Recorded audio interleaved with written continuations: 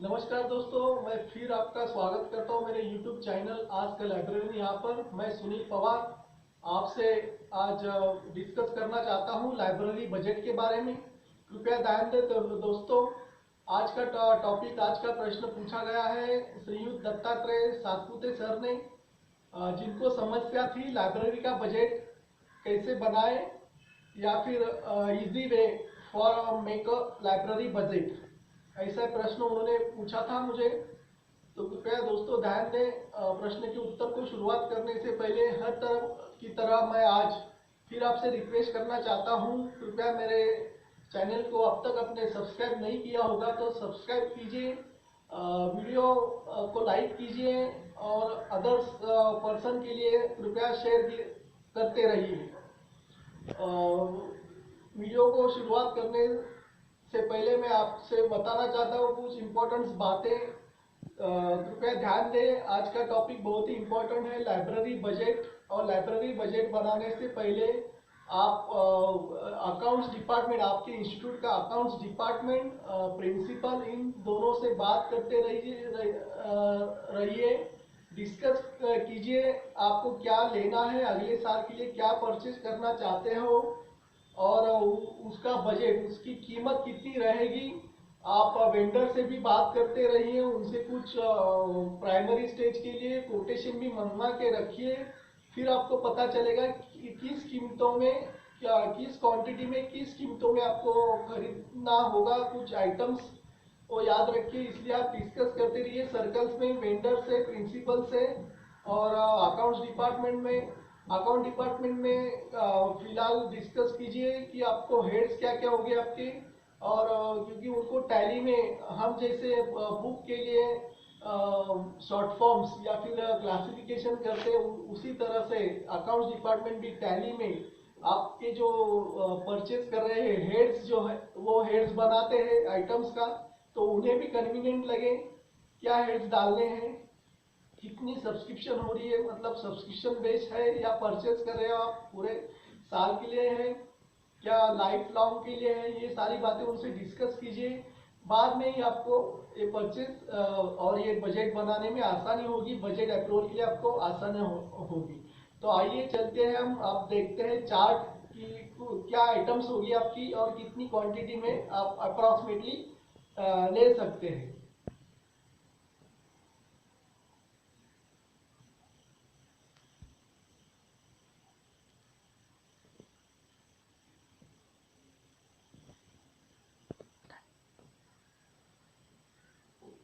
Hello दोस्तों, हम देख रहे थे लाइब्रेरी का बजट कैसे बनाना है। तो आप यहाँ पे चार्ट पे देख सकते हैं कि लाइब्रेरी बजट में अप्रोक्सीमेटली अंदाजित क्या क्या हेड्स होने चाहिए। जैसे कि लाइब्रेरी में हमें अगले साल के लिए क्या परचेज करनी होती है, हम पहले डिसाइड करनी है, बाद में वो चार्ट में हम डाल देंगे। आज का टॉपिक है लाइब्रेरी बजट। तो इस तरह से चार्ट आप बना सकते हो दोस्तों।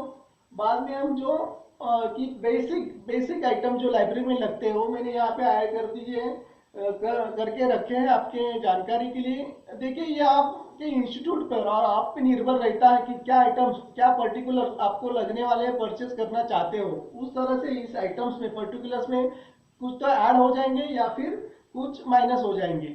ये ध्यान रखिए, मैंने ये अप्रोक्सीमेटली आपके जानने के लिए, आपकी जानकारी के लिए मैंने ये चार्ट बनाया है, ये एग्जैक्ट कस्टमाइज नहीं है। और एक बात बताना चाहता हूँ, जो टाइप्स ऑफ बजटिंग जो है, 6 टाइप्स जो है बजट के, उसमें से आप आइटम बजटिंग और जीरो बेस बजटिंग, ये जो है उनका कॉम्बो बना के ये चार्ट मैंने फॉलो करता हूँ हर टाइम के लिए।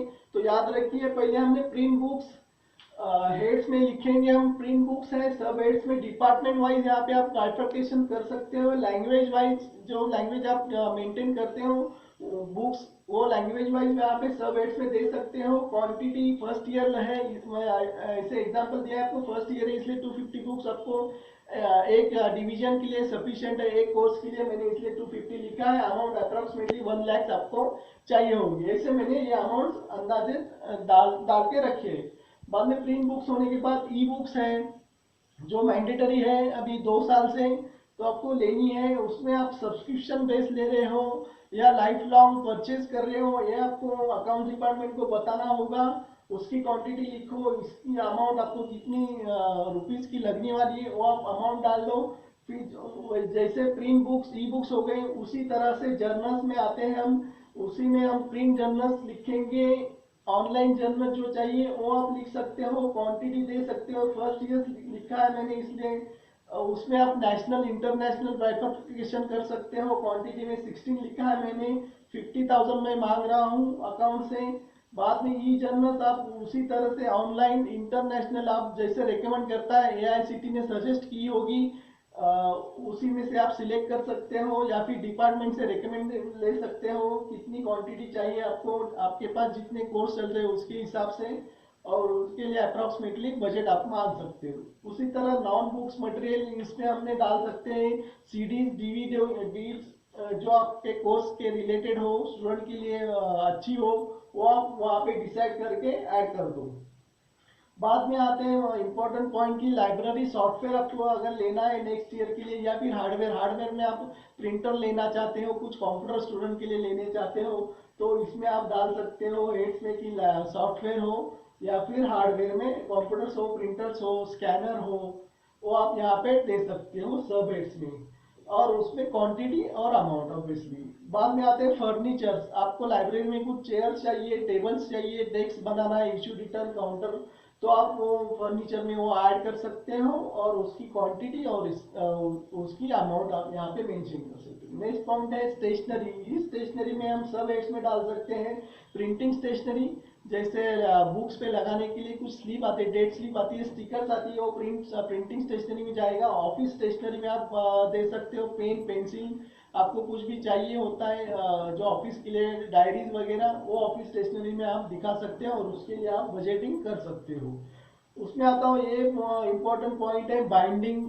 ये बाइंडिंग के लिए मैं अलग से रुपीस की डिमांड करता था अकाउंट्स में कि मुझे बाइंडिंग करनी है हर साल। कुछ बुक्स होती है इम्पोर्टेंस फैकल्टी रिकमेंड करती है, या फिर कुछ जर्नल्स होते हैं इम्पोर्टेंट प्रिंट में आते हैं, उसकी हम बाउंड वॉल्यूम बनाना चाहते हैं, तो उसके लिए अलग से हमें पैसे चाहिए। बाद में अदर्स जो होता है इम्पोर्टेंट पॉइंट, अदर्स या मिसेलिनियस हमें बोल सकते हैं उस पॉइंट को, उसमें हम बहुत सारा सब एड्स करके ऐड कर सकते हैं। जैसे मैंने किया है इंस्टीट्यूशनल मेंबरशिप, जो आप अलग लाइब्रेरी की, यूनिवर्सिटी लाइब्रेरी की, आईआईटी लाइब्रेरीज की मेंबरशिप यहाँ आपके स्टूडेंट के लिए ले सकते हो, उसके लिए कुछ आपको अमाउंट यहाँ पे रखना होगा। मेंबरशिप के लिए तो आप रख सकते हो। स्टूडेंट एक्टिविटीज करने चाहते हो आप लाइब्रेरी में, तो आप उसके लिए पैसे मांग सकते हो। सेमिनार कॉन्फ्रेंस आप लाइब्रेरी के थ्रू यहाँ पे अरेंज करना चाहते हो, या फिर आप खुद कुछ अटेंड करना चाहते हो बाहर, तो उसके लिए पैसे चाहिए होते हैं आपको। उसी तरह लाइब्रेरी विजिट आप करना चाहते हो, या फिर ट्रैवलिंग आएगी, उसके हिसाब से आप कॉन्फ्रेंस के लिए जा रहे हो, लाइब्रेरी विजिट के जा रहे हो, तो उसके पैसे आप यहाँ पे ऐड कर सकते हो, मान सकते हो। और उसी तरह से आप पेटी कैश कि आपको कुछ खर्चे अचानक से लाइब्रेरी में होते हैं, कुछ आ गए, एक्टिविटीज कर रहे हो, रिफ्रेशमेंट चाहिए, तो पेटी कैश आपके पास होनी चाहिए। ये इंपॉर्टेंट पॉइंट मैंने यहाँ पे अदर्स में ऐड कर दिया है, और ये डिमांड आप कर सकते हो बजट में, तो याद रखना। लेकिन पेटी कैश हो, सेमिनार्स हो, और ये कुछ ट्रैवलिंग के लिए खर्चा जो होता है, तभी इंस्टीट्यूट इसको अप्रूवल करेगा जब आप उन्हें कुछ इनकम आप दिखा सकते हो। हमने ये चार्ट रेडी किया है बजट के लिए कि हमें ये एक्सपेंसेस होने वाले हैं नेक्स्ट ईयर, लेकिन हम नेक्स्ट ईयर इनकम भी आपको दे सकते हैं लाइब्रेरी के थ्रू। यही आपको जस्टिफिकेशन देना होगा कि हम सेल ऑफ स्क्रैप, जो रद्दी पेपर न्यूज़पेपर होते हैं, उसकी सेल हम कर सकेंगे। और लाइब्रेरी का फाइन ओवर ड्यू, उसमें हम 5 to 50,000 हमें ईयरली मिल सकते हैं, तो हम वो इनकम हम दे सकते हैं लाइब्रेरी के थ्रू। इसी वजह से आपको ये ट्रैवलिंग होगा, आपकी कॉन्फ्रेंस, सेमिनार, पेटी कैश, ये जो खर्चा है आप डिमांड करके वो आपको अप्रूवल हो सकता है, ऐसे मुझे लगता है। तो ये लाइब्रेरी चार्ट के डिमांड, ये पैसे की डिमांड होगी, हमने 15 लाख मांग तो लिए, लेकिन आप याद रखिए दोस्तों, आप इनकम भी दिखाइए स्क्रैप सेल का, और ओवरड्यू बुक्स लेट फाइन जो आप लेते हैं उसका भी इनकम में डाल दो। फिर आप आपके प्रिंसिपल उस पर डिस्कस करके आपको जरूर पेटी कास्ट दे सकते हैं। और ये सारा हो गया, ये चार्ट तो बना लिया हमने, हेड्स में डाल दिया क्या क्या हमें आइटम्स चाहिए। और सब हेड्स की जगह आप जस्टिफिकेशन, आप छोटे स्मॉल जस्टिफिकेशन की भी आप प्रीवियसली लास्ट ईयर अगर आपने प्रिंसिपल सर से कमिटी में डिस्कस किया होगा ये पॉइंट और ये अमाउंट, तो आप यहाँ जस्टिफिकेशन में वो डाल दो, या फिर अलग से एनेक्स्चर लगा के जस्टिफिकेशन देना बहुत ही इंपॉर्टेंट है। तो आपका ये जो परचेज होती है, ये बजट जो होता है वो अप्रूवल होगा ही होगा, लेकिन जस्टिफिकेशन देना आपको, कुछ एविडेंस, कुछ अप्रूवल्स पहले प्रिंसिपल सर ने किए हैं, लाइब्रेरी कमेटी ने हमें डिस्कस करके ये अप्रूवल दिया है, सॉफ्टवेयर लेना ही है, कंप्यूटर चाहिए, क्यों लेना है, कैसे लेना है, कहाँ कौन से मीटिंग में डिस्कस हुआ, ये as a evidence, as a justification आप यहाँ पे एनेक्सचर में या फिर यहाँ पे कॉलम में ऐड कर सकते हो। इनकम भी देना जरूरी होता है। और दोस्तों याद रखिए, ये हो गया छोटा सा चार्ट, हम बात करें लाइब्रेरी बजट का, तो मुझे लगता है ये आपके इंस्टीट्यूट वाइज या आप इंडिविजुअल इंस्टीट्यूट या लाइब्रेरी का बजट बनाते हो तो ये सफिशिएंट है।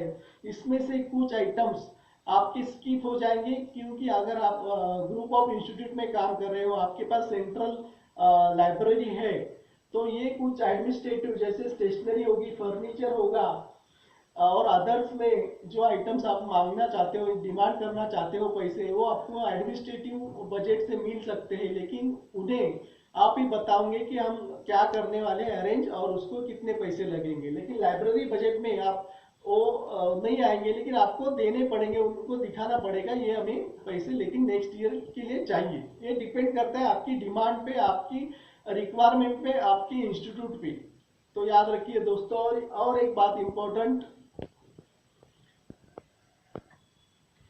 दोस्तों हम देख रहे थे कि लाइब्रेरी बजट आज के लिए इतना ही काफ़ी है, मुझे ऐसे लगता है। और कुछ आपकी क्वेरी होगी लाइब्रेरी बजट के बारे में, और आप और कुछ आप एक्सप्लेनेशन चाहते हो तो कृपया कमेंट कीजिए, उस कमेंट में मैं आपको जवाब देते रहूँगा। और याद रखिए, बजट जो बनाते हो आप, तो लास्ट टाइम हमें स्टॉक वेरिफिकेशन का जो वीडियो मैंने बनाया था, उसी में मैंने जनरल फाइनेंशियल रूल्स का रेफरेंस दिया था, वो रेफरेंस भी आप ले सकते हो बजट बनाने के लिए।